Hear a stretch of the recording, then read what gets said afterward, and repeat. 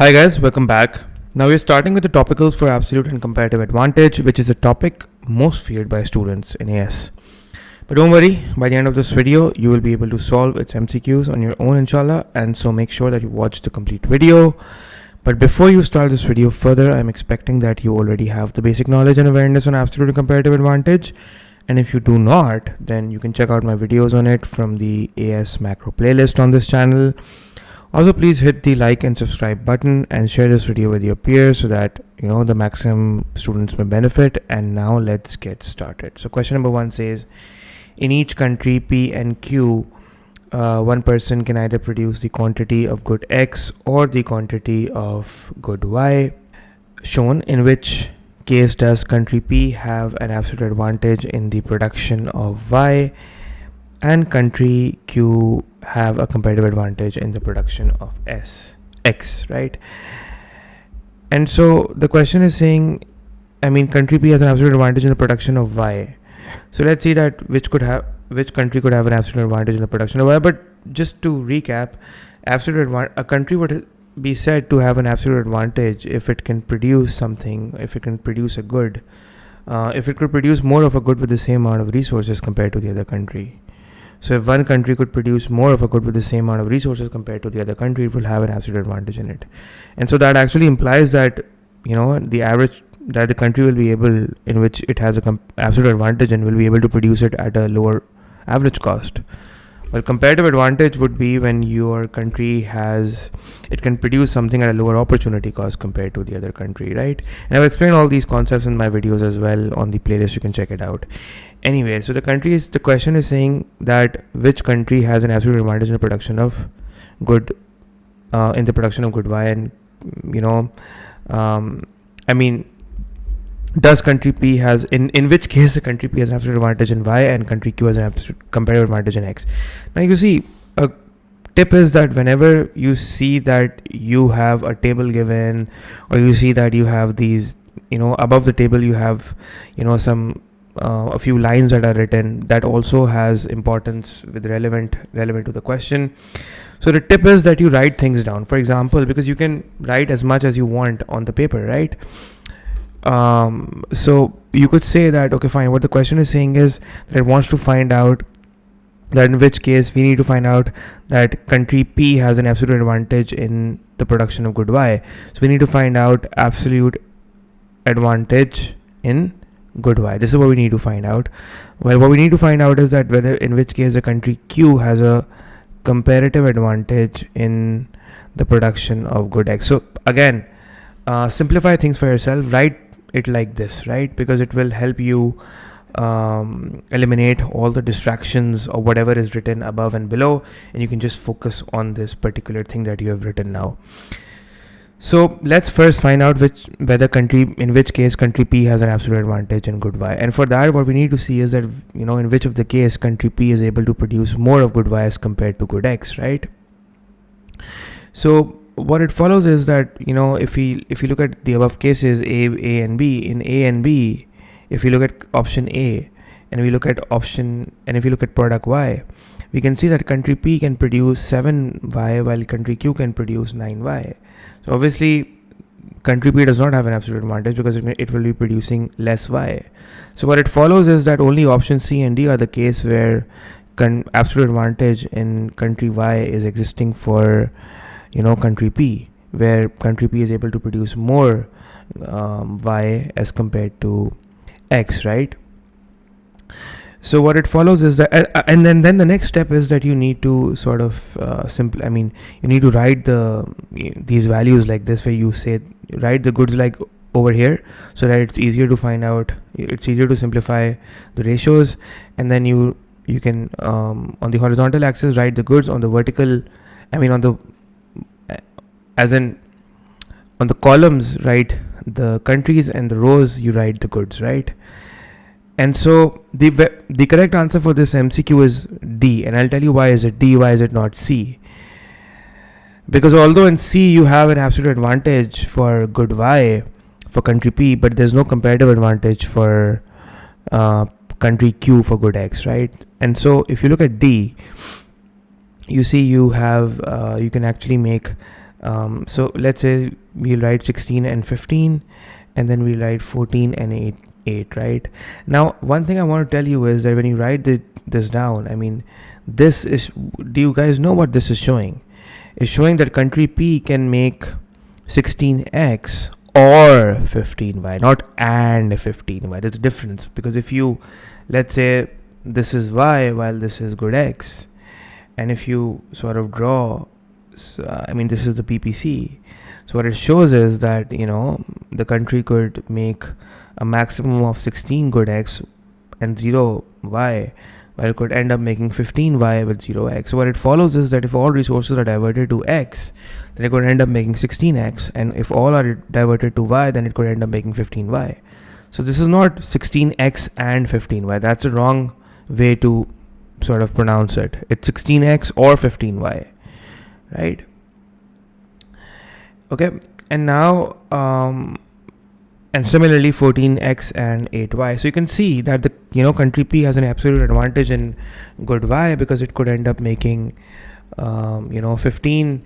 It could end up making how much? It could end up making 15y, while country Q can only make 8y. So definitely country P can make more y, right, than country Q. So country P has an absolute advantage. Country P has an absolute advantage in good y, because it could make more good y as compared to country Q, right, guys? And now for comparative advantage, what we need to do is that we need to simplify these ratios, right? Like bring it to its simplistic form. And you know, the way to do that is that you so for example, what you will do is right now that you will say that, you know, I mean, the country P could make maximum 16x and 15 or 15y. So if we simplify this down and we try to find, okay, fine, if it's making 16x and foregoing 15y, then if it makes, let's say if it only makes 1x, then how many y will it forego, right? Because if you want to find out the comparative advantage for good x, see, whatever comparative advantage you want to find out in whatever good, if you want to find out the comparative advantage in good x, then you need to see what is the opportunity cost for producing good x, and the opportunity cost for producing 16x for country P is 15y. So then find out the opportunity cost for 1x, right? Always remember that if when you try to find the comparative advantage for in any particular good, right, you need to simplify the ratios for that particular good. What you need to do is that try to find the opportunity cost for that particular good. In our case, it's good x. Try to find the opportunity cost for 1 unit of that good, right? So for 1 unit of x, the opportunity cost would be that you divide 15 by 16, right? So 15 over 16 should give you 0.94. So the opportunity cost of producing 1x is 0.94y, right? While the opportunity cost for country Q for producing 1 unit of x, because you need to find out the comparative advantage in x. So the opportunity cost of producing 1 unit of x would be 8 over 14, that's 0.57y. And so what it follows is that country Q could end up producing a unit of x at a lower opportunity cost, because country Q will only be foregoing 0.57y, while country P on the other hand would be foregoing 0.94y, which is greater than 0.57y that will be foregone by country Q. So what it follows is that country Q has a comparative advantage. Country Q has a comparative advantage in producing good x, because it could make good x at a lower opportunity cost than country P, because it will only end up foregoing 0.57y, while country P would end up foregoing 0.94y. Right? So the comparative advantage in our case for country Q would be in good x, right, where, you know, the country where basically, I mean, country Q could end up making a unit of x at a lower opportunity cost. And so what it follows is that if you look at these numbers, right, we can see that it's only option D where we can sort of see that the absolute advantage for good y is at P, while the comparative advantage for good x is for country Q, right, guys? So that's what it makes. So that's what makes D, option D, the correct answer. So that's how you need to sort of do this. Okay, so moving forward, question number 2 says country X and country Y produce the world supply of computers and wheat. Each country divides its resources equally between the two products and produces the following, which means that 50% of the resources are going for one product and the other 50 is for the other. How would total output be altered if each country specialized completely in the product in which it has a competitive advantage? Okay, so again, we're going to be, what we'll do is that in order to solve these, this is a very good question, by the way. So we'll simplify things for us and make our life easier by writing the points that we need that are relevant. And so what the question is asking is that if we want to see that if X and Y specialize in which it has a comparative advantage, so that's the first thing that we need to know. That the first thing we need to find out is in which does it has a comparative advantage. Another question is asking the change in total output after specialization, right? So having this written in front of you would always, eliminate all the things that are unnecessary in terms of the question, and you can only focus on the relevant part of the question. So first you need to find out X and Y, which country has a comparative advantage in what product, right? The question is asking how would total output be altered, right? Anyways, so first let's see which country has a comparative advantage in what, and for that I said that you write the goods in the rows and the columns in the, and for the columns you can use for the countries. And so what it follows is that it's saying that if 2000 computers, 1400 wheat, and so the opportunity cost ratios would be like, if you want to find out which country has a comparative advantage in computers, so just find the opportunity cost for one computer, and that would be for country X, it would be for one computer. You'll divide 1400 by 2000. That would mean that for one computer, how many wheat will be foregone? 0.7 wheat. And for country Y, for one computer, 0.2 wheat. And so it follows that country Y has a comparative advantage in computer because in order to produce one computer, it only has to forego 0.2 wheat. So the opportunity cost is lower for country Y to produce computer as compared to country X, which has to forego 0.7 wheat, right? And so again, what we'll do is that we're going to be writing the important thing over here, and we'll say that country Y should specialize in computer. That's how you write it. And if we know that country Y is specializing in computer, it means that country X would be specializing in wheat, right? And so you don't need, if you are 100% sure that you have found the right comparative advantage for the product, for a particular product, for a country, you don't need to sort of justify mentally that why X has a comparative advantage in wheat. But for now we can see that country X can actually make 0.7 wheat by only foregoing one computer, while country Y can only end up making 0.2 wheat by foregoing one computer. So obviously by foregoing one computer, country X can make more wheat, so country X has a competitive advantage in the production of wheat, and so country X should specialize in wheat while country Y should specialize in computer. So we found out which countries will specialize in what.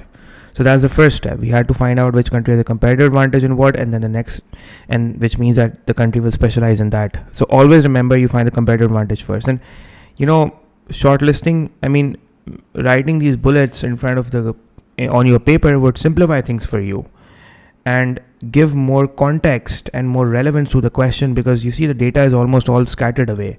Some of the data is written in the form of theory, while some of the data is written in tabular form and numerical form.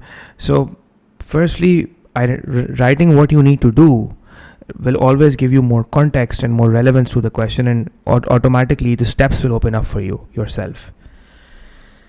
Now the next step is that once you have found out the comparative advantages for X and Y and which country will specialize in what, obviously now what will happen is that if country Y is specializing in computers, right, so it follows that no wheat will be made. So country Y will make zero wheat because it will divert all its resources in computers.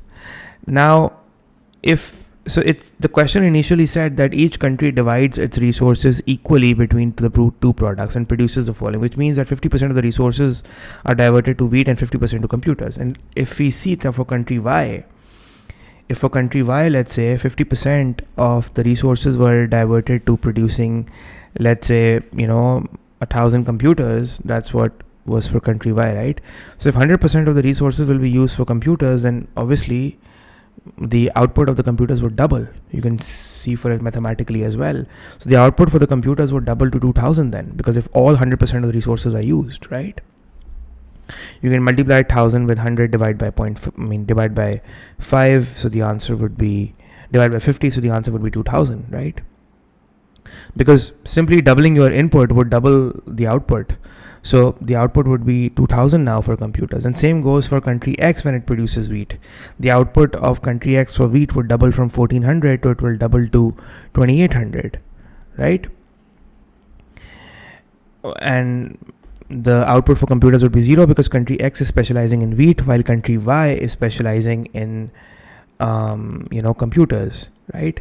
We had written it over here as well, right, for our own better simplification and understanding. And so what it follows is that this is basically after specialization. After specialization, as in once you know in which good you need to specialize, the production that will take place after the principles of David Ricardo's theory of theory of comparative advantage, based on in which goods you need to specialize in based on comparative advantage. So anyways, so this is what we have right now. So the total output for wheat is right now 2,800, while total output for computers is 2,000, right, after specialization. And so let's find out what is the output before specialization. So before specialization, when half of the resources were used for computers while the other half was used for wheat, for X and Y, so the total output, the world output, because these are the only two producers, they basically produce the world supply, right?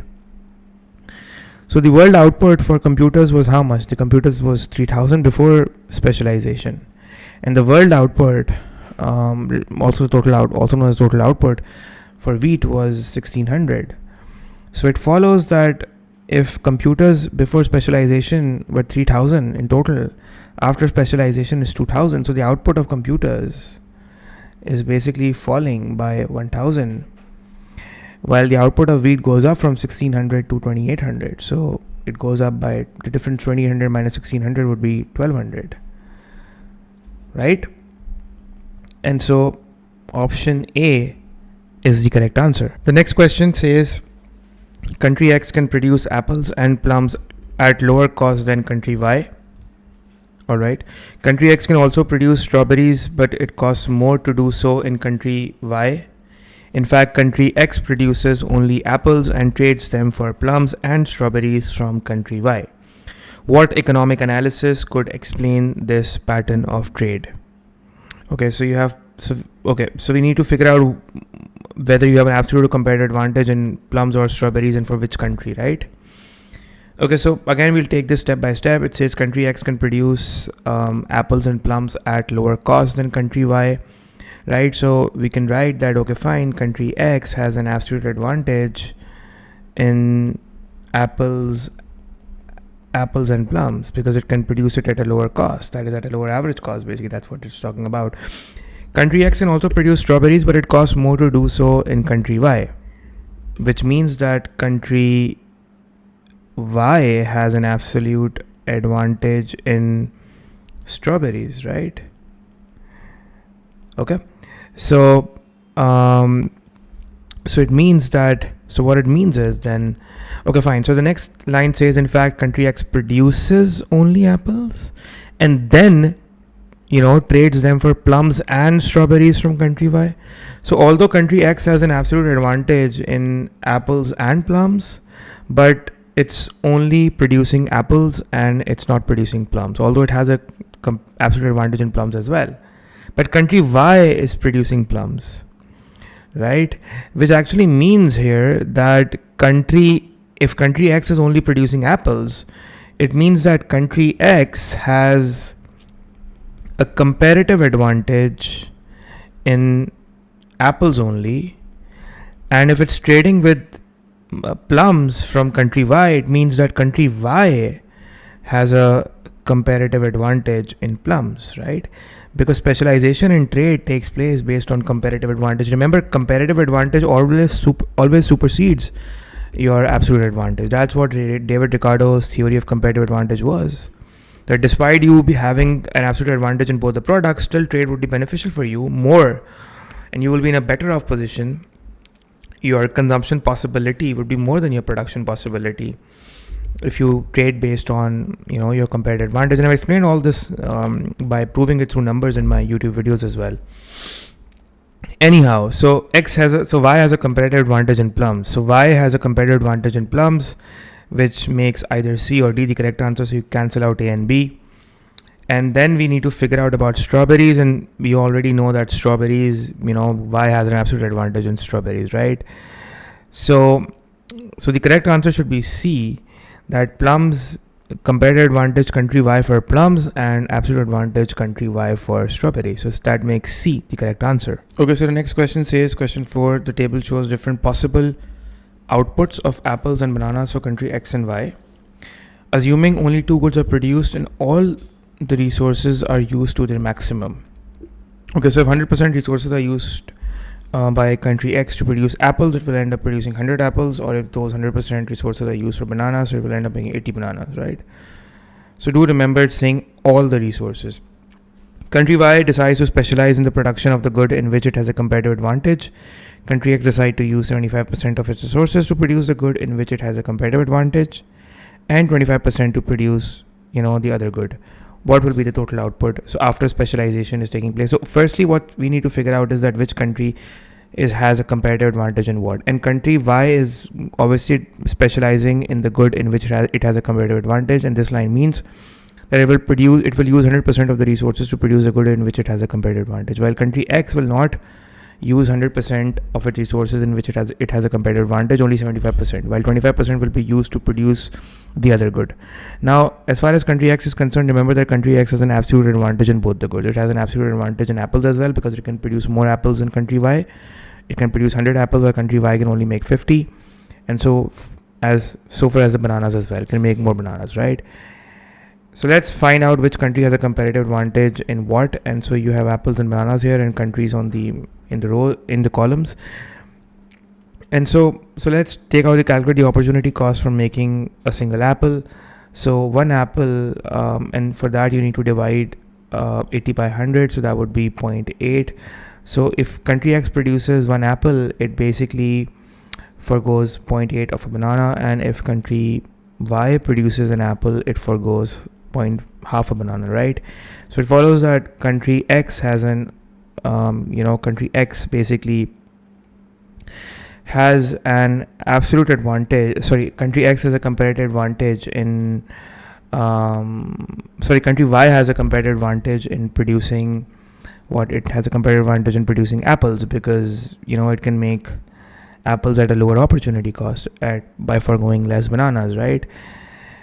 While country X has a comparative advantage in making bananas, because it can make 0.8 bananas by foregoing only one apple, while country Y could only end up making 0.5 bananas by foregoing an apple, right? So it follows that country Y has a comparative advantage in apples, while country X has a comparative advantage in what? In bananas. Although country X has a absolute advantage in both bananas and apples, but a comparative advantage only in bananas, right?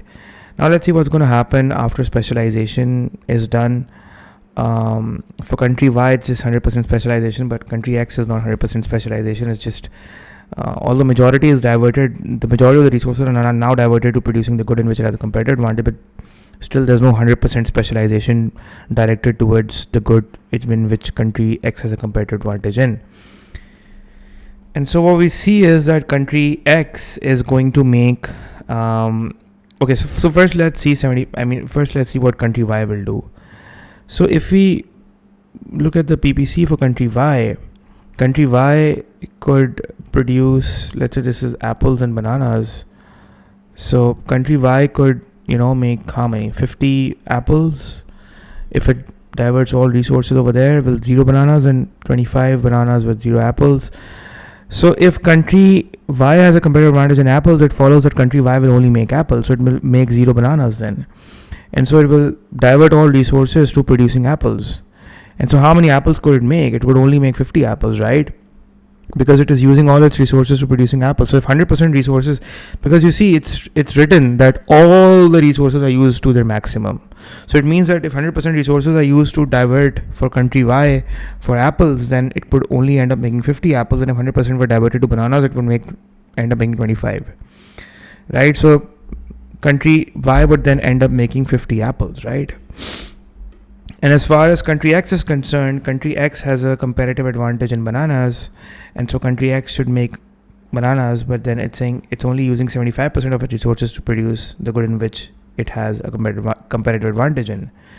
And first we need to see how many bananas would country X make if all the resources for country X is diverted to bananas, right? And so what we see is that, let's say we talk about country X could end up making 80 bananas if 100% of the resources are diverted to make bananas, then it could end up making 80 bananas. But let's say only 75% of the resources are now diverted to bananas. So how many bananas would it end up making? So it would be 80 times 75 upon 100, and that would be how much? That would be simple math, 60 bananas, right?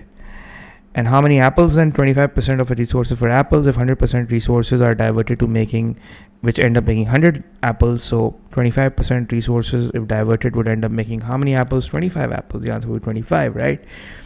So 25 apples. And the world output then it follows is, total output after, you specialize, country Y specializes totally in apples, while country X not specializes in a single good, but diverts its resources, although more of it towards, in which it has a competitive advantage. And so it follows that the total output for apples should be 75, while the total output for your banana should be how much? Should be 60, right?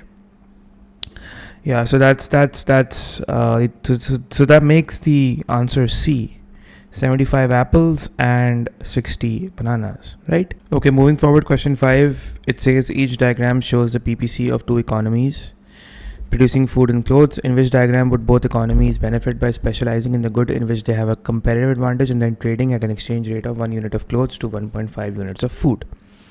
Okay, so basically for this is an interesting question. What we need to do is that firstly we need to determine the opportunity cost ratios for all these countries. Then we need to see which country has a comparative advantage in what, and then we need to sort of see whether the exchange ratio is lying in between the opportunity cost ratios to find out which to find out trade would benefit both countries, in which option trade would benefit both countries. So first of all, we should immediately cross out option B. Why? Because you see, option B is incorrect, as the opportunity cost ratios are the same for both these countries, 1:1, right? Country X could produce 4 clothes and 4 food, so the opportunity cost ratio is 1:1, while country Y could make 5 clothes or 5 food. Again, the opportunity cost ratio is 1:1. So when the opportunity cost ratios are the same, trade is not beneficial. And I've explained this in my video on YouTube. Does comparative advantage always work, or is trade always beneficial? You can check it out. And you see both these PPFs in option B are drawn parallel to each other, which indicate the same slope. And when the slope is the same, it basically means that the opportunity cost ratios would be the same as well, because the slope of the PPC represents the opportunity cost of one good in terms of the other. That is, it shows how many units of one good must be given up to produce an additional unit of the good. So if they are parallel drawn, then the slope is the same, and so is the opportunity cost ratios. So whenever you see two parallel PPCs, just cross that out, as it is indicating that trade is not going to be mutually beneficial and hence will not take place. So you're left with only option A, B, and C, right? And so if we look at option number C here, right? If we look at option C, what we see is that we take out the opportunity cost ratio. So the trade ratio is given 1 unit of clothes to 1.5 units of food. And since it's written 1 unit of clothes, so I'm going to be calculating the opportunity cost of a unit of clothing as well, because that will make my life easier. So for example, if country X is for option C, if country X is producing, country X could produce either 2 clothes or 4 food. So for 1 unit of cloth, it will give up 2 food, and country Y, on the other hand, for 1 unit of clothes, it would end up giving up 1 food, right? So that's the opportunity cost ratio. And if you see, the opportunity cost ratio is the trade ratio here is, how much? The trade ratio is 1 unit of clothes to 1.5 unit of food. So 1 unit of clothes for 1.5 unit of food is lying in between this. In between this means that, you see, the opportunity cost is basically the opportunity cost of producing a unit of cloth for country X is giving up 2 units of food. And the opportunity cost of producing a unit of cloth for country Y is giving up 1 unit of food, right? But the trade ratio is that it's 1 clothes to 1.5 food, which simply means that, if this country, let's say exports 1 unit of cloth, it imports 1.5 food. And if, let's say, it exports 1.5 food, if the other country exports 1.5 food, it gets 1 unit of cloth. And since this is lying in between the opportunity cost ratios, the trade would be beneficial. And let's also mathematically see why. So this is your opportunity cost, this is your trade ratio, right? And I want you to pay very close attention here, so that you can understand why do we say that when the opportunity cost, the trade ratio should lie in between the opportunity cost ratio. Because you see, what's happening here is that firstly, country X should definitely specialize in food, while country X should specialize in food because it has a comparative advantage in food. It can produce food at lower opportunity costs, while country Y should specialize in clothing because it can produce clothing at a lower opportunity cost, right? And so now I'll show you why it will benefit both countries. So if country X specializes in food, it would make 2 units of food and no clothing, right?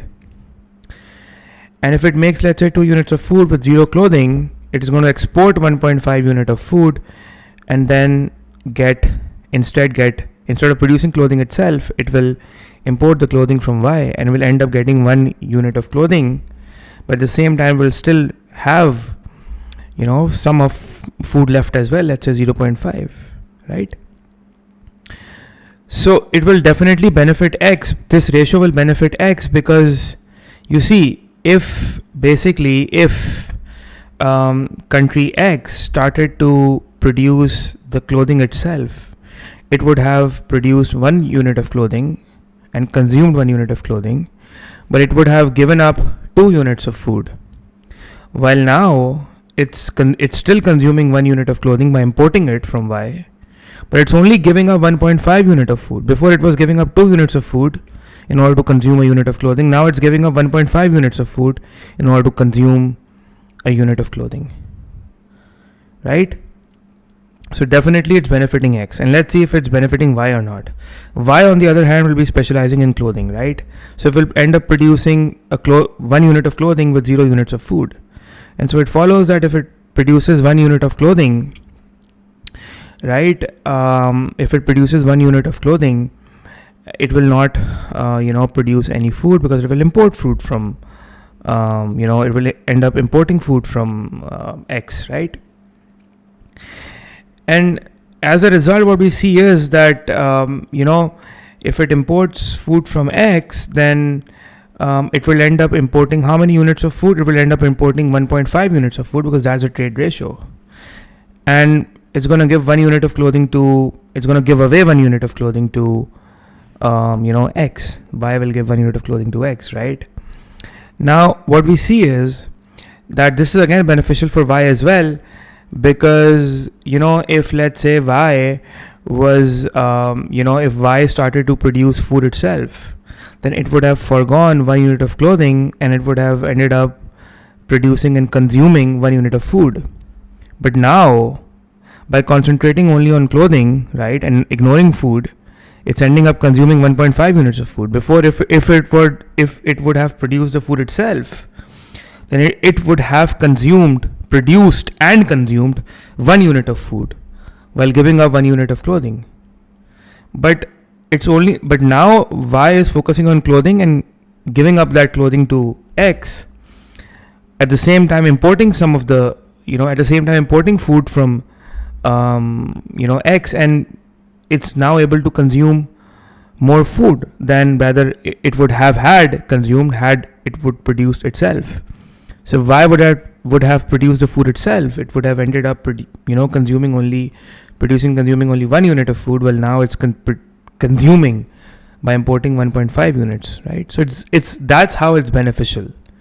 And you can see for yourself for the other options as well, that if you look at all the other options, I'm not doing all the other options, but if you see the other options and you apply the same logic, you'll see that, if the trade ratio is not lying in between the opportunity cost ratios, then trade would only benefit one country and, not the other country. So trade should be mutually beneficial. And for mutually beneficial trade to exist, the opportunity cost ratios have to be different, and the exchange rate, that is the rate at which you will trade the goods, the exchange ratios, you can say it as well, should lie in between the opportunity cost ratio, right? So for example, if the opportunity cost ratio would be one clothing for, let's say, 3 food, then definitely this exchange rate would not be mutually beneficial, right?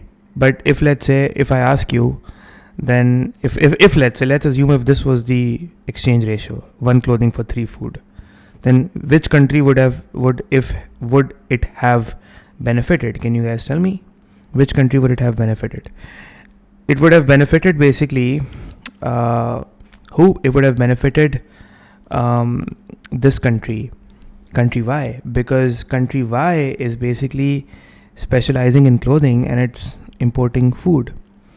And if country Y basically gives up one clothing, it would have, so let's say country Y initially thought that I'm going to be producing food myself. And let's say that country Y started producing food itself, and it ended up producing how many units of food? It ended up producing only 1 unit of food and consuming it as well, while foregoing 1 unit of clothing. But now at an exchange ratio of 1:3, country Y can now get how many units of food? It can import 3 units of food from X by giving up the same 1 unit of clothing. Right? So it's clearly benefiting country Y, but it's not going to benefit country X then. Why? Because country X, on the other hand, is specializing in food, right? And if it's specializing in food, right, what's the point of giving up 3? What's the point of, trading with Y when it has to give up 3 units of food? Country X has to give up 3 units of food in order to consume a unit of clothing from Y, right? Country X, what's the point of getting into trade then? Country X could have produced the clothes itself, because if country X would have produced the clothes itself, then it would have produced 1 unit of clothes and consumed 1 unit of clothes by foregoing only 2 food.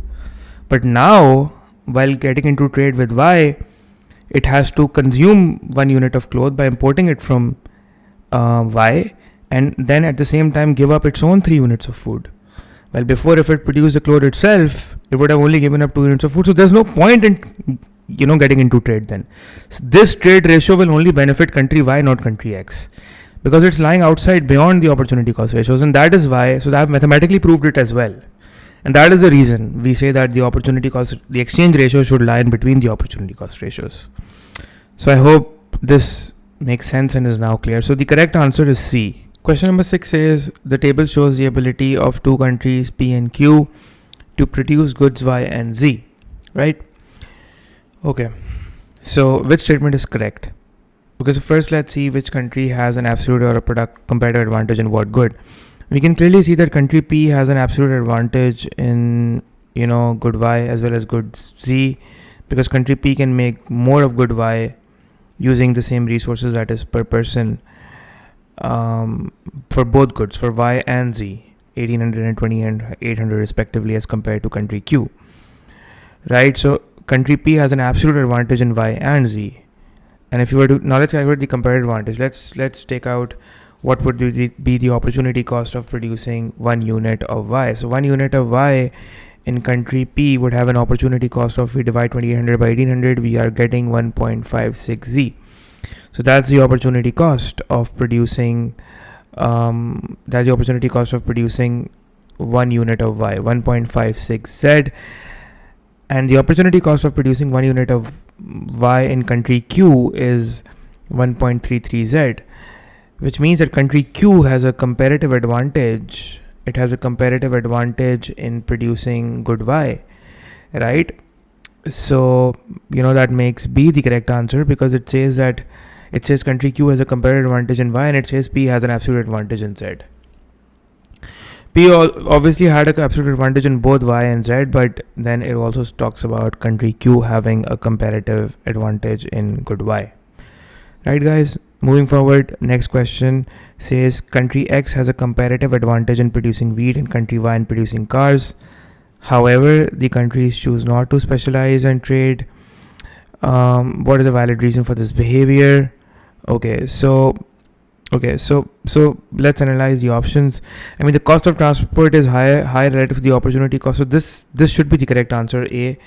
But let's see. I mean, it says exchange rate lies within the country's opportunity cost ratio. So definitely they should trade because of that. So this is not correct.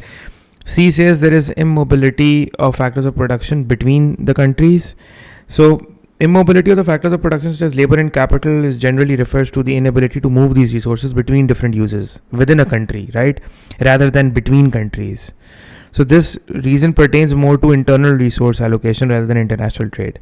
Therefore, it is less relevant as a reason for not engaging in international trade, right?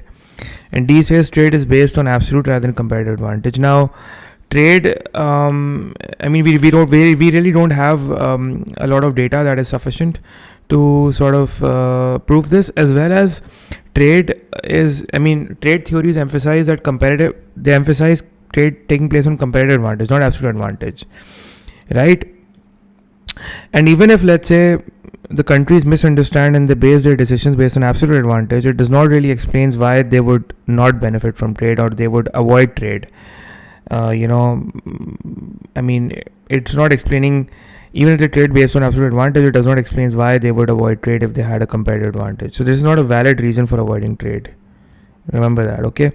So that leaves us with option A. The cost of transportation is high relative to opportunity cost differences between countries, because if the transportation costs are higher, they can outweigh the benefits of trade, right? So even if each country has a comparative advantage in producing a specific good, let's say, the high transportation cost would negate the gains from trade. Remember that. So this is a valid reason for not specializing and not trading, right? So that makes A the correct answer. Moving forward, question 8 says the table shows the ability of two countries. Which statement is correct? So you need to find which country has an absolute or a comparative advantage in what. So this is pretty easy. You can do it yourself. I don't think you need me. Question number 9 says in the diagram, Mn is the production possibility curve of a country that has a comparative advantage in the production of good Y. Okay, so this particular country has a comparative advantage in good Y, and it says what might enable the country to consume the quantities of X and Y indicated by point R. So this would only be possible in which you specialize in which you have a comparative advantage in, and then trade it with another country that he has a comparative advantage in. So point R is indicating a consumption. Point R is indicating a consumption possibility which is beyond the production possibility, and this could only happen when you internationally trade based on comparative advantage, and your consumption possibility exceeds the production possibility. Right, and I have proved this in my comparative advantage videos as well. You can check that out. So the answer should be C, increase specialization in the production of Y. So you specialize in Y and then you trade based on your comparative advantages respectively with the other country as well, and that country will also be specializing in which it has a comparative advantage, and that would cause the consumption possibility to increase more than production possibility. Question 10 is again a repeated question with a different value. You can do it yourself. Moving to question number 11. Question number 11 says two countries, Northland and Southland, produce two goods, food and drink. The table shows how many hours each has to use to produce 1 unit of each product. Now you have the hours given, and after specializing in comparative advantage, the trade and what exchange rate will allow both countries. So first you need to find out the exchange rate. First you need to find out the comparative advantage and which country has a comparative advantage and what, although this is irrelevant, my bad, we need to find out the opportunity cost ratios first. So the opportunity cost ratios, so for a lot of people, you would end up doing the mistake that they'll sort of calculate the opportunity cost ratios in this way by taking the opportunity cost ratios of the number of R's and the factor inputs. So this is not how you need to, because you can't really take the opportunity cost ratios of the R's. It doesn't really make sense, because this is the R's given. It's just saying that Northland takes 10 hours to produce a unit of food, while it takes 4 hours to produce a unit of drink. So what you need to do is that you need to convert this into the number of units, right? And so a good way to do that is that you take a common ground. Let's say you say that if 10 hours are made for 10 hours are taken for 1 unit of food, then 1 hour in 1 hour how many units of food will be made, and in 1 hour how many drinks will be made for Northland, and similarly for Southland as well. So if 10 hours are for 1 unit, then for 1 hour how many units of food will be made? So the correct answer would be 0.1. So let's say you have food and drink over here, and so in 1 hour, right, how many units of food will be made for Northland? 0.1 units of food. But the same 1 hour is dedicated to drinks, right? How many units of drinks would be made? 1 over 4, that would be 0.25 drinks, right? So now you have the opportunity cost ratio, right? Now the calculation would actually make sense, because now the comparison has the same amount of the factor inputs that is being used for not only both the goods but also with respect to both the countries as well, right? So now and for Southland as well, for in 1 hour how many units of food you will make? 1 over 20, that would be 0.05 units of food, and similarly you divide 1 upon 12 would be 0.083 drinks. So what it follows is that Northland can Northland can basically produce 0.1 food, right, if 1 hour is dedicated to food, but if 1 hour is dedicated to drink, it can make 0.025 drink. And if it dedicates, let's say, an hour to food, which means no hour to drink, so we'll end up making 0.1 food, which also means that in order to produce 0.1 food, 0.25 drinks will be foregone. And if 1 hour is dedicated to food in Southland, 0.05 food is made, and if the same 1 hour is dedicated to drinks in Southland, 0.083 drinks is being made, which means that in order to produce, let's say, 0.083 drinks, 0.05 food must be foregone, and for 0.05 food, 0.083 drinks must be foregone, right? So now you can calculate the opportunity. So you have the opportunity cost right here in front of you, but since the question says which exchange rate will allow both countries to trade, and the ratio is given for a unit of food to a few units of drink, so we can calculate the opportunity cost. We can convert this opportunity cost for 1 unit of food as well. So for 0.1 food, you need to forego 0.25 drinks. So for 1 unit of food, how many drinks will you forego in Northland? So for 1 unit of food, how many drinks will you forego in Northland? You simply cross multiply, and the answer would be, you divide 0.25 by 0.1, and the answer is 2.5 drinks, which means that in order to make 1 food in Northland, you forgo 2.5 drinks, and similarly do the same thing for Southland as well. And the answer would be that for 1 unit of food, you forgo 1.75 drinks. And so what it follows is that, and if you want to find out the comparative advantage, it follows that Northland basically has a comparative advantage in producing drinks, because it can end up making 2.5 drinks by foregoing only 1 food, and while Southland could only make 1.7 by foregoing 1 food. And Southland which means Southland has a comparative advantage in food, because it could make 1 food by only foregoing 1.7, which is less than what Northland had to forego. It had to forego 2.5 drinks, right, to make the same 1 food. Now so the question is actually asking us to find out, the question is asking us to guys find out that what will be the mutually beneficial exchange ratio? It should be between the opportunity cost ratio. The value should be between 2.5 and 1.7, which means that if let's say if I plot these opportunity cost ratios, let me plot these opportunity cost ratios on a diagram. So if this is food and this is drink, and for 1 unit of food, let's say for 1 unit of food you have like 2.5 drinks. For 1 unit of food you have 2.5 drinks, and let's say this is Northland's opportunity cost ratios. And for right, so this is food, right? Sorry, my bad. So this is 1 unit of, sorry for the mess, 1 unit of food, 2.5 drinks. So for so this is Northland. So, and you have for 1 food, the opportunity cost ratio for Southland is 1.7 drinks. So the opportunity cost, so the exchange ratio should be between the opportunity cost ratio. That means the exchange rate ratio should be between the opportunity cost ratio, which means that it should be more than 1.7 and less than 2.5. So any value that lies in between this would be mutually beneficial. And so what it follows is that C is the correct answer, because you in C, so for 1 unit of food you're trading 2 drinks, which means that if whoever specializes in food would give up 1 food for every 2 drinks, right? And for whoever specializes in drinks would give up 2 drinks for every 1 unit of food. That's what it means. So C is the correct answer. And you can see that this ratio is beneficial as well. 1 unit of food for every 2 drinks is beneficial because it's beneficial for both countries. And let's prove that as well, because let's say Northland is specializing in drinks, right? So it would end up making 2.5 drinks.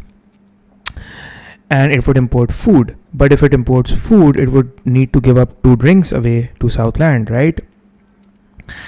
And initially, let's say if it wasn't specializing, if it wasn't trading, and if it made the food itself, so for every food it made, it had to forgo 2.5 drinks. But now for every food it imports, it only has to forgo 2 drinks, right? So cool, right? It's beneficial. It's forgoing less now for the same 1 unit of food, although it's importing it and consuming it, and initially it had to produce and consume this particular 1 unit. But anyways, for Southland as well, it's beneficial because Southland is actually going to Southland, let's talk about Southland. Southland is basically specializing in food, and Southland will basically give away its 1 unit of food for every 2 drink it imports from Northland. And so it follows that if Southland had to sort of make the drink itself by foregoing food, it would only end up making 1.7 drinks, and it had to end up producing and consuming 1.7 drinks, and instead and at the same time had to forego 1 food.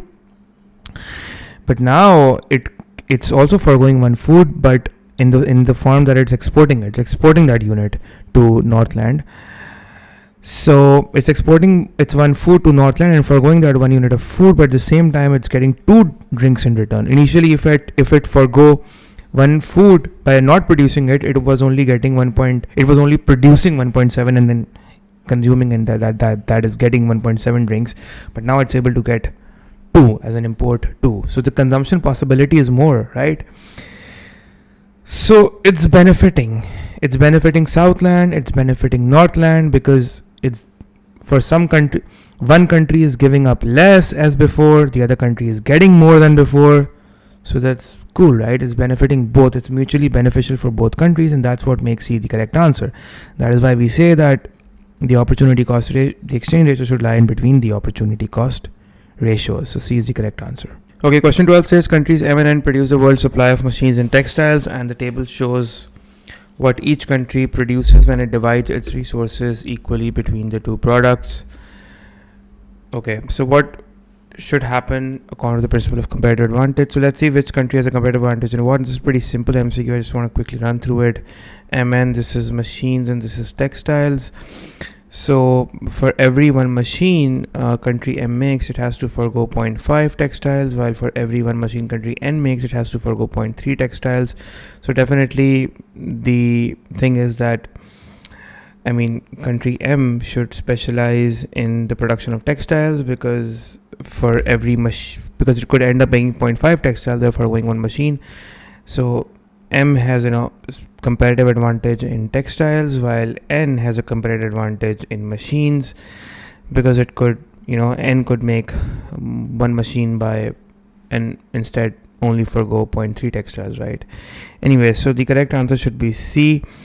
Question 13. Which type of import control allows a country to develop a potential comparative advantage in a particular good? Okay, so the first answer option, so it's asking us, there are different import controls given and which would help a country to develop the potential comparative advantage. A quota that protects jobs in a depressed region. So a quota is basically limits the quantity of a good that can be imported, right? But again, which will protect domestic jobs, but protecting domestic jobs in a depressed region is more about like a social policy than fostering comparative advantage. So this is not a correct answer. B says a short-term tariff that protects an infant industry. So a tariff is basically a tax on imports, and a short-term tariff can protect an emerging or an infant industry from international competition until it becomes competitive.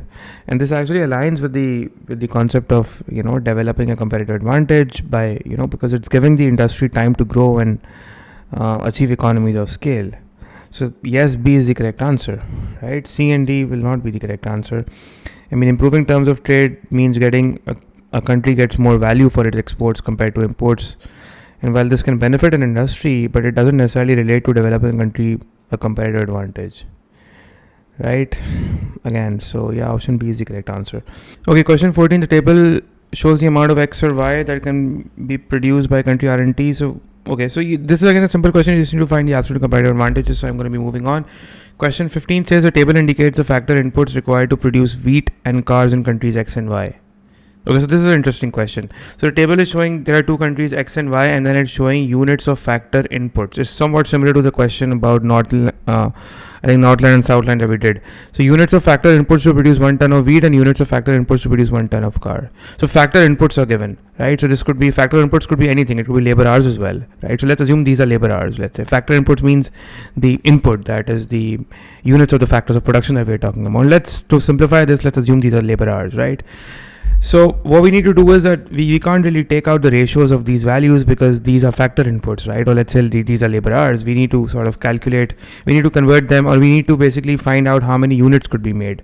And for that, what we'll do is that we'll say that if 4 units of factor inputs, or let's say 4 hours are used to produce, let's say 1 unit of wheat, I'm calling instead of 1 ton, I'm saying 1 unit of wheat, and 2 hours are used to produce 1 car. So how much would 1 hour how much would one factor input, let's call this factor input. So how much would one factor input, FI for factor input, right? How much would one factor input be used? How much would one factor input of 1 hour take to produce how many units of wheat and cars respectively in country X and Y?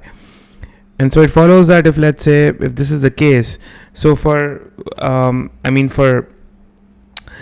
if in 4 hours you can end up producing 1 unit of wheat, so in 1 hour you produce, or one factor input is used, how much wheat would you make? 1/4, and that is 0.25 wheat. And then this would be 0.5 cars, and this should be 1/8, that is 0.125 wheat. And then this should be 1/6, that is 0.167 cars. So showing that in country Y, if one factor input is used to produce the car, you would end up making 0.167 cars. And so what it follows is that, so if one factor input is used in country X, then it could make, if one factor input is used in country X to just make, a unit of wheat, you could make up 0.25 wheat and nothing then, right? And if let's say a unit of factor input is used to produce cars, you will end up making 0.5 cars. So what it follows is that the opportunity cost of making 0.25 wheat is 0.5 cars foregone, and the opportunity cost of producing 1.25 wheat is 1.167 cars foregone. Now here you can't really figure out what you have a comparative advantage in, because here you can't really compare the production of these two goods and the opportunity cost. You can't really compare the opportunity cost between two countries because you don't have a common factor here. So what we'll do is that we'll try to find the opportunity cost for 1 wheat for both these countries, right? And so what it follows is that if this is let's find out that what would be the opportunity cost of producing 1 unit of wheat in country X. So if 0.25 wheat is foregone, you end up producing 0.5, you forgo 0.5 cars. So if you produce 1 wheat, then based on these ratios, how many cars will you forgo. So you'll end up foregoing 0.5 divided by 0.25, and that is 2 cars, right? And similarly, for 1 wheat in country Y, you'll end up foregoing how many cars? 0.16777 divided by, divided by 0.125, and so the answer is what? The answer is 1.33 cars, right? And as a result, what we see is that in order to produce 1 car, you forgo 2 cars. In order to produce 1 wheat, you forgo 2 cars in X. In order to produce a wheat in Y, you forgo 1.3 cars. So in Y, you forgo less cars to produce a wheat. So the opportunity cost of producing wheat in country Y is less. So country Y has a comparative advantage in wheat because it can produce a unit of wheat relatively at a lower opportunity cost relative to country Y, and that is the reason why we calculated the opportunity cost of 1 wheat, because now we can find out the comparative advantage, right? Since now we can compare these two countries based on these values, we can't really compare these two countries, right? Because the opportunity cost of producing 0.25 wheat is 0.5 cars. So if you want to compare these ratios, then for country Y as well, find out the opportunity cost of producing only 0.25 wheat. Then you can do it. But this makes more sense, right? It just makes the calculation simpler and neater. I mean, I like it this way. Anyways, so country Y has a comparative advantage in wheat, while country X has a comparative advantage in in cars, right? Because it could make 2 cars by foregoing a wheat, while country Y would forgo 1.33 cars would make 1.33 cars by foregoing a wheat, right? So again, country Y has a comparative advantage in wheat, while X has a comparative advantage in cars. So let's see the answer options. Country Y has a comparative advantage in wheat production. So answer option C would be the answer. Okay, so the next question says, question 16, it says the table shows the output of rice and cotton for countries X and Y. So you have units of output for rice in a year and cotton for both the countries. Each country divides its resources equally between the production of rice and cotton based on the law of comparative advantage. Which statement is correct? So we need to find out, for such question, we need to find out the opportunity cost ratio. It's pretty simple question. You have rice here, you have cotton, and then you have the countries here. And so the ratio should be 1:1, the opportunity cost ratio. And for this, it should be 1:0.5, right? So the opportunity cost of producing 1 unit of rice in country Y is much lower as compared to country X, right? So B should be the correct answer, that country Y has the lower opportunity cost in producing rice, right? Question 17 is an interesting question. It says the diagram shows the production possibility curves for 2 economies using all resources. This is the maximum possibilities, right? It could either make 10 units of cars or 20 units of bicycles, country X, and 20 cars or 40 bicycles, country Y respectively. Which statement is correct about country X and Y according to the theory of comparative advantage? Part A says countries X and Y would not gain from free trade. Well, this is the answer, but let's see why B, C, and D is not the answer. Country X has a lower opportunity cost ratio in producing cars and bicycles than country Y. So B is not the case, because the opportunity cost for producing cars and bicycles are the same for both countries. That is, 2 bicycles per car. For every car produced, you need to forgo 2 bicycles, or you could say for every bicycle, you need to forgo 0.5 cars. So these ratios are the same for both the countries, so this statement is incorrect. While C option says country X has an absolute advantage over country Y in the production of both goods. Now, this statement is incorrect as well, because country Y has the absolute advantage because it can produce more of both goods with the same amount of resources. That is 20 million cars. 20 million cars and 40 million bicycles versus over 10 million cars and 20 million bicycles, right? Part D says country Y will have a faster rate of economic growth than country X. Now, the thing is, and a lot of students did also mark this because, they said, oh, you know what, the PPC is on a rightward. The PPC is shifting. I mean, it's not shifting, but you see, it's indicating that the PPC is indicating that, your bicycles, the potential, country-wise ending up producing more bicycles and more cars, so you have a higher economic growth. So they mark D, which is incorrect because the question itself does not provide sufficient data or information to determine the rate of economic growth for either country, hence making this statement very speculative and incorrect, right? So A is the correct answer option. So because it correctly reflects the economic theory that when the opportunity cost ratios are identical, no country has a comparative advantage and thus no benefits are to be gained from trade, right? So because you have identical opportunity cost ratios, for every let's say for every car you have to forgo 2 bicycles, right? For every car you need to forgo 2 bicycles for both these countries.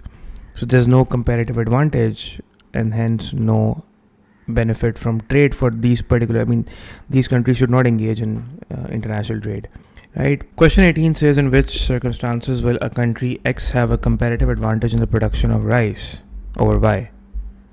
Well, obviously when you have a lower opportunity cost. So this is a very simple question. A is the correct answer.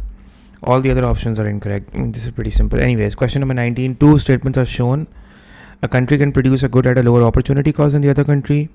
The second statement says a country can produce a greater quantity of goods for the same quantity of inputs than the other country. So if a country can produce at a lower opportunity cost, then it has a comparative advantage. So obviously only option C is the case where country 1 has a comparative advantage. So this would be the answer. I don't even need to see all the other answer options. And obviously statement 2, it says a country can produce a greater quantity of a good for the same quantity of inputs. So when this is the case, so that country would have an absolute advantage. That's what absolute says. That implies that the country can, because this is implying that the country will be able to produce it at a lower average cost. When you can produce something of a greater quantity using the same quantity of inputs. Anyways, question number 20 says the diagram shows the production possibility curve of 2 economies, Northland and Southland. So Y1, X1. So Y1, X1, this is the PPC for Northland. And for Southland, it's Y2, X2. So Y2, X2 is the PPC for Southland. So let's ignore the dotted lines, two dotted lines for now. Both economies specialize based on the theory of comparative advantage and trade with one another. What can be concluded from the diagram? Okay, so first let's see. Now, ideally, now the thing is that we need to first find out that which country has a comparative advantage in what. And you see, usually when you find out the comparative advantage that, let's say, country A has or country B has, the data is given in table form with numbers on it. But here you don't have any numbers. So let's say if you have a graph like this, right? So, could you find the opportunity cost? Like, let's say if you have a graph like this, where this is one PPC and this is the other PPC, and you have drinks here and you have food here, right? And this is Y1, X1, right? Y1, X1, and this is Y2, X2. And this is, let's say, so this is one country and this is the other. So this is your Northland and this is your Southland, right? And if I were to ask you that whether Northland has a comparative advantage in food or drink, or whether Southland has a comparative advantage in food or drink, so can you figure that out if you look at this diagram? Well, the answer is yes, and I'll teach you how to. But for that, let me just sort of make it more clearer and sort of erase it. Anyway, so let's sort of see how will you do that. Let me take another color. So for example, let's say that I'm going to be first drawing the PPC for Northland, and this is the PPC for Northland, right? Where you have more food, the maximum potential for food is greater than the potential for drinks. And so you have drinks here on the x-axis and food on the y-axis. So this is your food and this is your drinks. And I'll make a separate PPC for Southland. For Southland, you have more drinks and less food, so you have more drinks and you have less food. Something like this, right? So this is your food, this is your drinks, and so this is your Northland, this is Southland, this is Y1, X1, this is Y2, X2. Y1 is simply representing the maximum food, Y2 is representing the maximum food for Southland, Anyways, now if you look at these two curves, can you find out the opportunity? I mean, can you find out which country has a comparative advantage in what? I'll tell you something. I'll teach you that. Hang on and pay close attention. Let's look at Northland. Now, if you look at this, first of all, you see, since the PPC is a straight line, it's a linear PPC, so definitely the opportunity cost is constant, but it's constant along the curve. I mean, relatively in terms of both these relative countries, if you do a comparative analysis, the opportunity cost is different for both these countries, right? It's constant within the country. I mean, for that particular country, it's constant along the PPC, but in relative terms, the opportunity cost differs for both these countries, right? And what it follows is that if you see that the PPC curve is steeper for Northland and it's flatter for Southland, and this clearly shows that you have a different opportunity cost. And since it's steeper for Northland, it follows that the opportunity cost of producing drinks in Northland is quite high, because you see, and the fact that it's flatter for Southland, it means that the opportunity cost of producing drinks is low in Southland. And you can see that as well, because now I'll teach you how to do it. So for example, if you look at Northland, in order to produce this much drinks, you need to forego this much food. Let's do it again. In order to produce this much drink, small amount of drink, you need to forego so much food, right? While if you look at Southland, you can make so many drinks by only foregoing small amount of food relatively. So if you compare it with Northland, in Northland you're foregoing so much food to make only this small amount of drinks, while in Southland you're foregoing less food to make more drinks, which simply means that the opportunity cost of making drinks is lower in Southland because you need to forego less food and end up making more drinks, while in Northland you are sort of making less drinks but ending up for those less drinks you're foregoing so much food. So definitely it's drinks are a no for Northland, and so it follows that Southland has a comparative advantage. Southland has a comparative advantage in drinks, and then Northland has a comparative advantage in food. So if Southland has in drinks, so you find out the comparative advantage that Southland has in drinks, and it obviously means that Northland would have in food. And you can see it for yourself as well. If you look at Southland, you can only make this much food for Southland by foregoing this many drinks. But for Northland, you need to only forego so many less drinks, but by foregoing less drinks, you can make so much more food, right? So this follows that you have the respective comparative advantage. So if you have a comparative advantage in drinks for Southland, then Southland should focus on making drinks. And how many drinks can Southland make?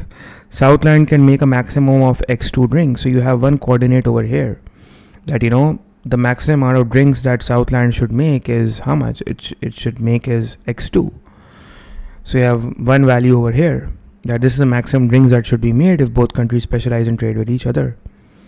While Northland should focus on food, and hence the maximum food that Northland can make is based on its capacity, if all resources are diverted over there, is Y1, right? So what it follows is that Northland will focus on food. And if I sort of shift this curve over here, if I bring it, let's say over here, so this is Northland, right? This is your Northland. And so it follows that Northland must focus on making what? Northland must focus on making food, right?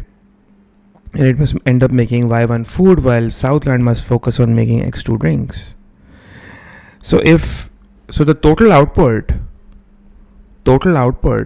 or the world output, let's say, assuming that these are the only two countries that will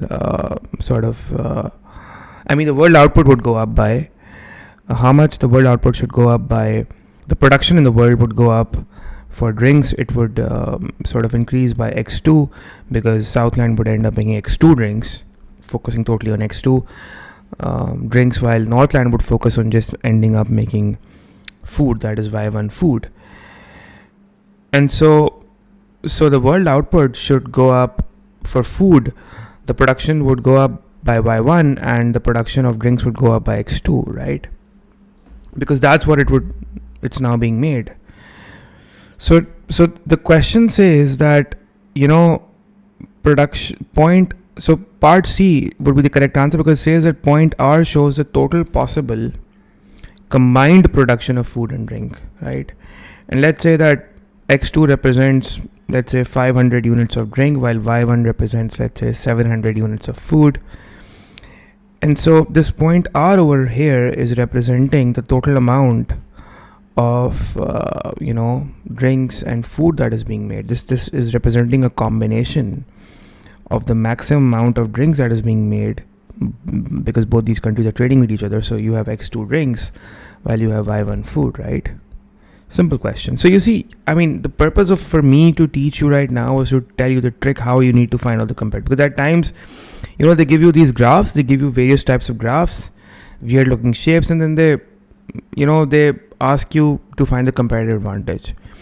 And a lot of time what I see is that students waste a lot of time plugging in the values. They assume the values, they plug in those values. So you're just wasting your time by doing that. So this is the trick. This is how you need to find the comparative advantage when there are no values given. You just need to find it through the graphs, right? So C is the correct answer. Point R shows the total possible combined production of food and drink. Question 21 says country X and Y both produce rice and tables. Half of the resources are used to produce rice and the other half to produce tables. The resulting output of each product is given in the table shown. What can be concluded from the table? So let's take out the comparative advantages.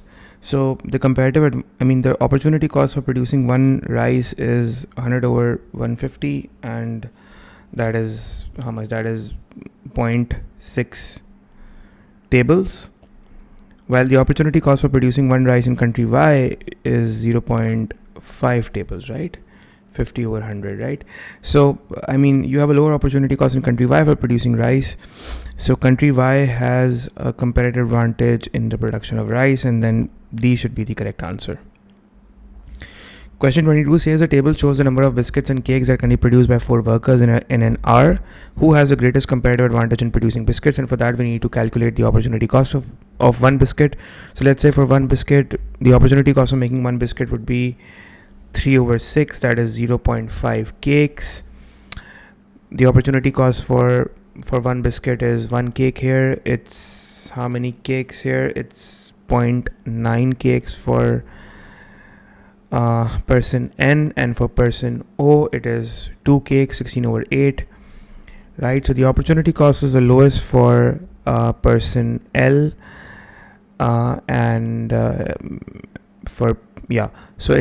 so who has the greatest competitive advantage in producing biscuits? Laura. So A should be the correct answer, since she can make biscuits at a lowest opportunity cost by foregoing the least amount of biscuits. Question 23 says according to the theory of comparative advantage, what makes trade beneficial between these two countries? Each country has a different, so beneficial for two important things. Firstly, the opportunity cost ratio should be different, and number 3, the trade ratio should lie in between the exchange rate in terms of in the exchange rate, not in the currency, the exchange rate in terms of the goods that we are talking about, that is the exchange ratio, should lie in between the opportunity cost ratios.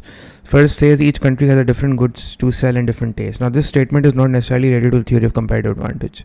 It's just talking about diversity in goods and tastes, which is not the reason why trade is beneficial.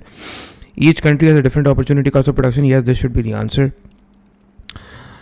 because the country will have different opportunity costs, and by the country that has the lower opportunity costs will specialize in that, and respectively for every good that they have the lowest opportunity cost, and then trade will be mutually beneficial by finding a suitable trade ratio that should lie between the opportunity cost ratios. Part C is talking about absolute advantage. This has nothing to do with comparative advantage. And D is saying the price of goods are different, and this is not the reason for trade to be beneficial. Price differences can arise due to various factors like supply and demand, but they don't directly explain the comparative advantage, right? Question 24 says two countries X and Y produce food and drink. The table shows how many hours it takes them to produce 1 unit of each. What will be the result if country Y doubles its productivity in the output of drink?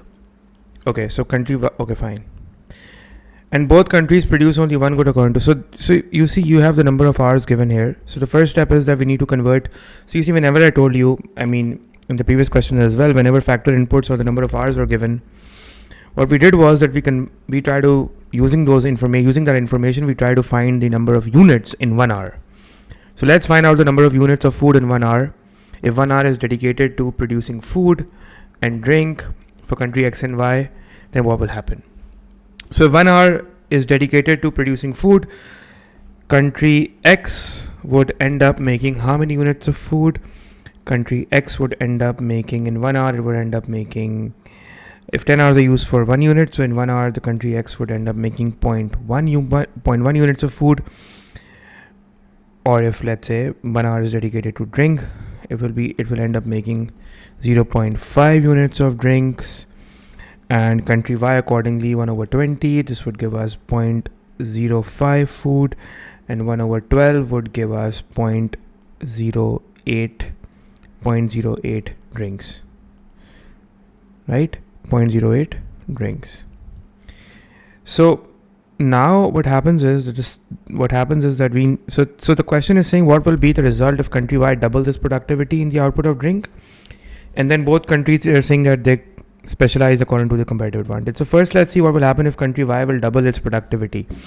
So if, let's say, in 1 hour, country Y could end up making 0.08 drinks, and if country Y doubles its productivity, which means that the output will double in 1 hour, then for the same 1 hour, the country Y would end up making double the amount of drinks.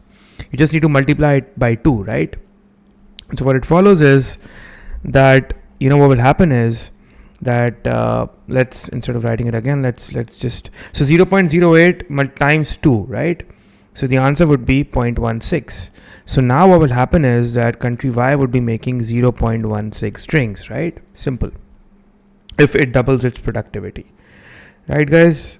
And so now what we need to do is that we need to find the comparative advantage, whether country X has a comparative advantage in food or drink, or whether country Y. And for that, let's do one thing. Let's basically see which country has a lower opportunity cost in food. And for that, we need to see what will be the opportunity cost for producing 1 unit of food, let's say.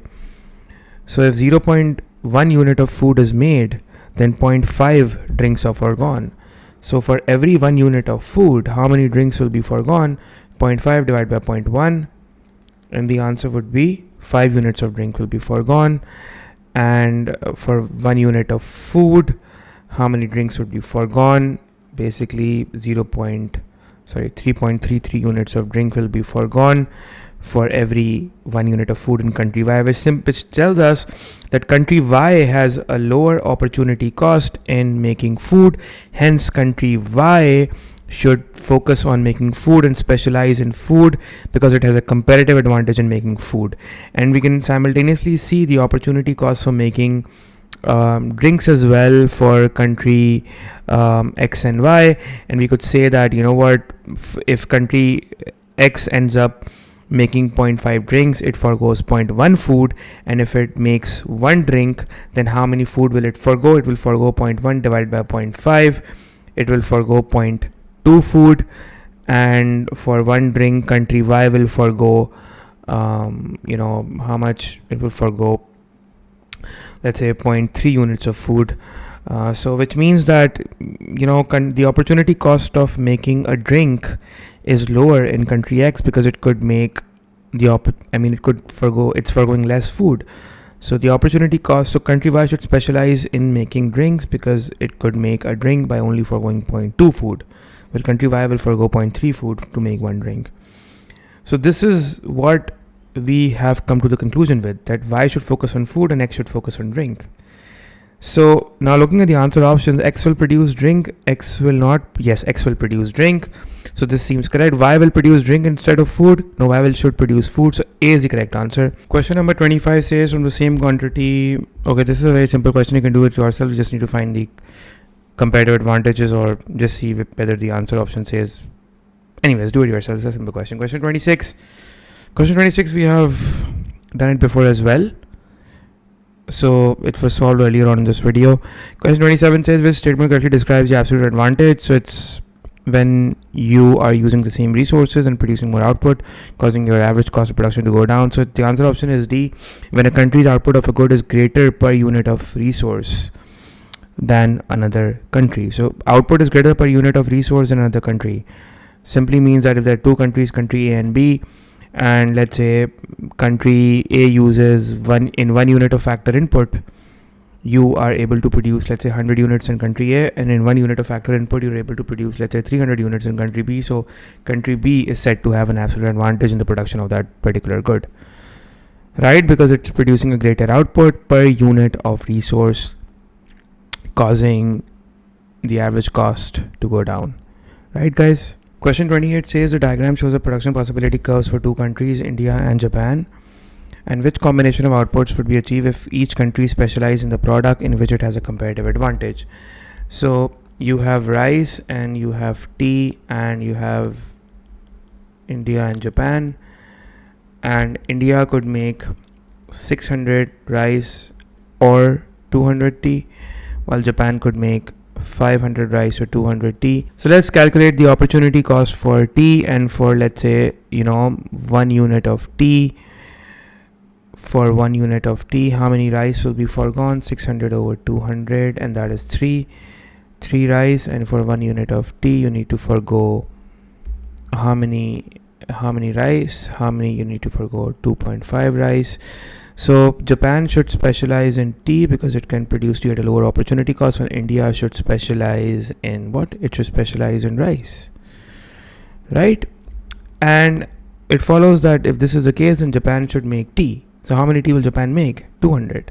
So 200 tea, and India will make 600 rice. And so the production should be 600 and 200, right? Because Japan is specializing in tea. It will end up making 200 units of tea, while India will make 600 units of rice. So yes, simple question. And so A is the correct answer. Now moving forward, question number 29 says the world consists of two countries, M and N. The graph shows the production possibilities for wheat and rice. Alright, country M and N operates on their production possibility curves before specialization. Now, the trick is that if I was a student in the exam, what I would have done is that I would have written country M and N before reading the rest of the question. I would have written, rice and wheat, and I would have written M and N, and then I would have written the respective quantities, because this would have given me more perspective to the question and would have made more sense to me. So I think this is a tip that you guys can use as well. It works for me at least. So countries M and N operate on the PPC curves before specialization. Fine. Country M produces 60 units of wheat and N produces 30 units of wheat. So they haven't really given how much rice is being made by M and N. Right? Now, what will be the change in the world output of rice if both countries decide to specialize according to comparative advantage? So first, what we need to find is that we need to find how much of wheat and rice are they making right now, because they are producing both the goods. They're not specializing in the respective comparative advantages, and then we'll see the comparison. If they specialize, then what will happen. So let's see what is happening right now, right? So if we talk about, let's say, country, this is rice and you take wheat here, and we're talking about country M first. So country M, let's say, can make a maximum of 100 rice and 100 wheat. So for every 100, let's say for every 100 wheat it produces, it forgoes 100 rice, right?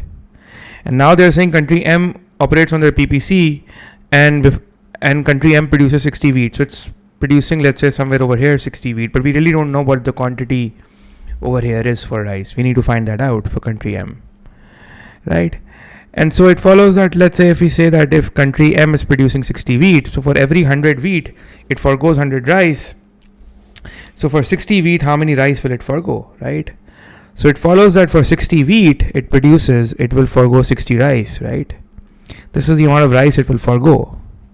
So if it forgoes 60 rice, right, the maximum rice that it can produce is 100. And if it is forgoing 60 rice to produce 60 wheat, then how much rice is it actually producing? So it follows that it is producing 40 rice, right? So now what we see is that country M is producing 40 rice and it's producing 60 wheat. That's what country M is doing, right?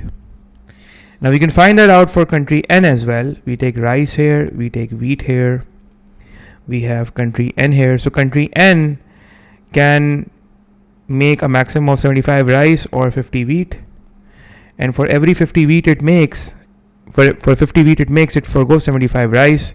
So right now country N is producing 30 wheat, right? So if it produces 30 wheat, in order to produce 30 wheat, how many rice it has to forgo?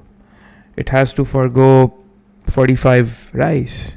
So to produce 30 wheat, it has to forgo 45 rice, right? And so if it can produce a maximum of 75 rice and it is foregoing 45 rice right now, then how much rice is it actually producing? It's producing 30 rice and these 30 units of wheat. So country N is actually making 30 rice and 30 wheat, right? So now we have their current state, current production statuses. So what it follows is that if we make a table here before specialization, what's happening before specialization is that before specialization, this is rice and wheat, and this is country M and country N. So before specialization, you have country M that is producing 40 rice and 60 wheat, and N that is producing 30 rice and 30 wheat, right? So total output of rice is 40 and 30, 70, and 70 rice total output for rice, and wheat is 90 units of wheat, right? And now let's see what will happen after the specialization is done.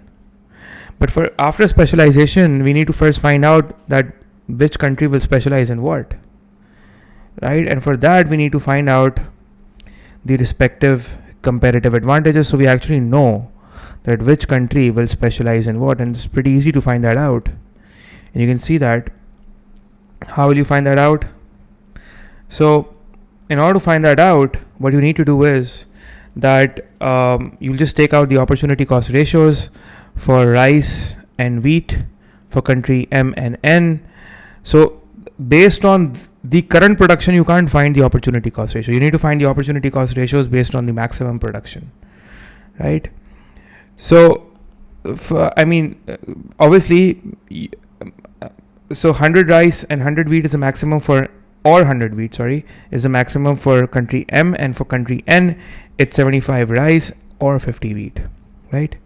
And so it follows the opportunity cost ratios are 1:1, that is rice is to wheat, 1:1 for country M, and for country N, it should be 1.5:1.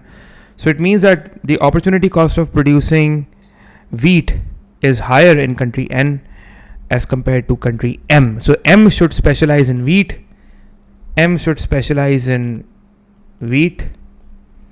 and N should specialize in rice, right?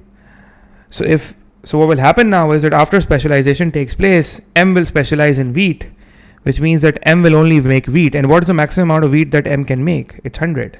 So M will make 100 wheat with 0 rice, and N will specialize in rice. So N will make rice, that is 75 units of rice, because that's the maximum it can make with all its resources. So 75 rice and 0 wheat. So after specialization, the total output of rice will be 75 and the total output of wheat will be 100.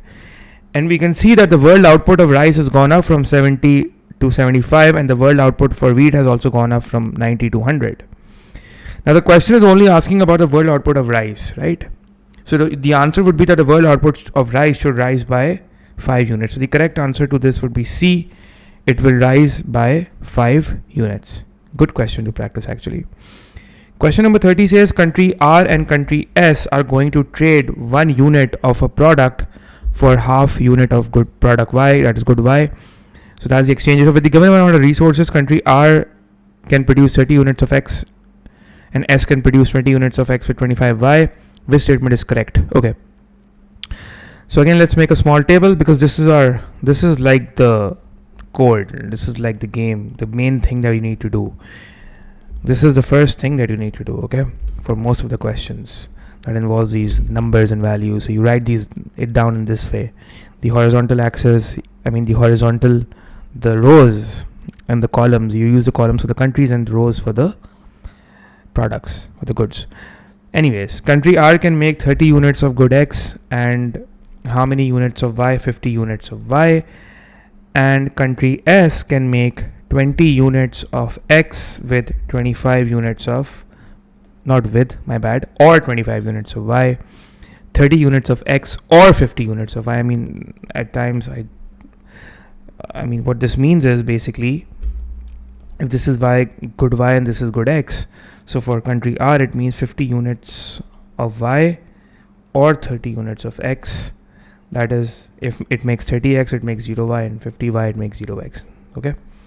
Anyways, so the opportunity cost ratios are respectively what? The opportunity cost ratios respectively are that for every 50y, it makes it forgoes 30x. So for every 1x, it makes it forgoes 1.6y, and for every s, for country S, for every x, it makes it forgoes 1.2y. So it means that the country S, right? Let me change the color. Country S, basically, country S has a comparative advantage. Country S has a comparative advantage in good X because country S can make good X at a lower opportunity cost only by foregoing 1.25y. And country R has a comparative advantage in good Y because it can end up making 1.6y by foregoing the same 1x, while country S can only make 1.2y by foregoing 1x. So country R will specialize in good Y, while country S will specialize in good X. Now, the trade ratio over here is 1 unit of X for half unit of Y. The exchange ratio is given. The exchange ratio is for every 1x for every 1x that country S will export, because obviously it will now export to country R and import good Y from country R. So for every 1x that country S exports to country Y, it will import 0.5 units of good Y from country R. Now, first of all, the exchange ratio is not lying in between the opportunity cost ratio. So firstly, the trade will not take place because both the gains from trade will not benefit both the countries here. If trade takes place, trade will not be mutually beneficial. Mutually beneficial means it should benefit both countries. If trade takes place in this situation, it will only benefit one country, and we'll see which country will benefit if trade takes place. So let's talk about country S first, who is specializing in good X. So country S will specialize in good X and export to country R, right? And for every X it exports to R, it will import 1.25y.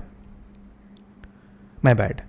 For every X it exports to country R, it will import 0.5y, right? For every X it imports to country R, it will import 0.5y.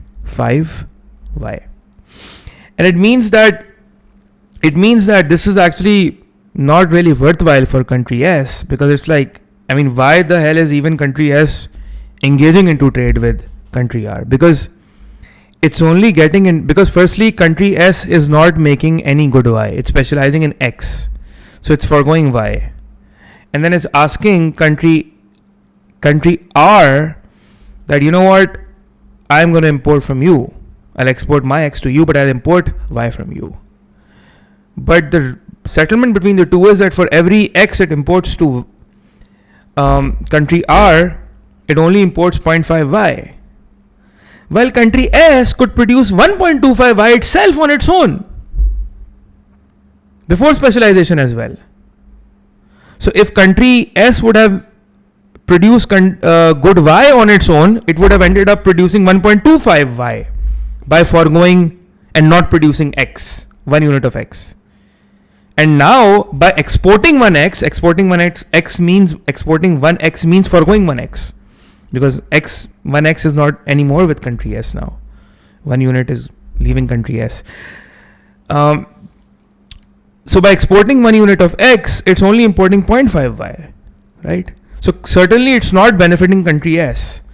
So it's not benefiting country S. That's the first thing that we have proven. Now let's see, is it benefiting country R? Country R is specializing in Y, which means that it is going to produce Y only and not X, and it will import 1 unit of X from country S. Now country R is basically going to, what it will do? Country R will specialize in good Y, which means that it is going to give away 0.5y in order to import 1x. Country R will give away according to the exchange ratio, 0.5y to country S, and against it will import 1 unit of X from country S, right? Anyways, so it follows that, for country R, there is no point, for country R, it's actually benefiting, the exchange ratio is actually benefiting trade, because you see, if country R is specializing in good Y, right? If country R is specializing in good Y, it's only making good Y, and it's only foregoing 0.5 Y in order to get 1 unit of X, right? While if it produced 1 unit of X itself, it would have foregone 1.6 Y only. It would have foregone 1.6 Y. And now it's only foregoing how much? It's only foregoing 0.5 Y. Before the trade, if country R produced good X itself, it had to leave away or give up 1.6 Y. But now after trade and country R specializing in good Y and not making good X, it can import good X from country S, and it only has to give away its own good Y, which is only 0.5 Y it has to give up. Initially it had to give up 1.6 Y. So for every 1X, it is saving how many Y? It is saving 1.6 minus 0.5.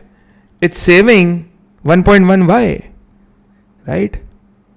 So this trade is actually benefiting country R because it's giving away less Y had it produced X on its own.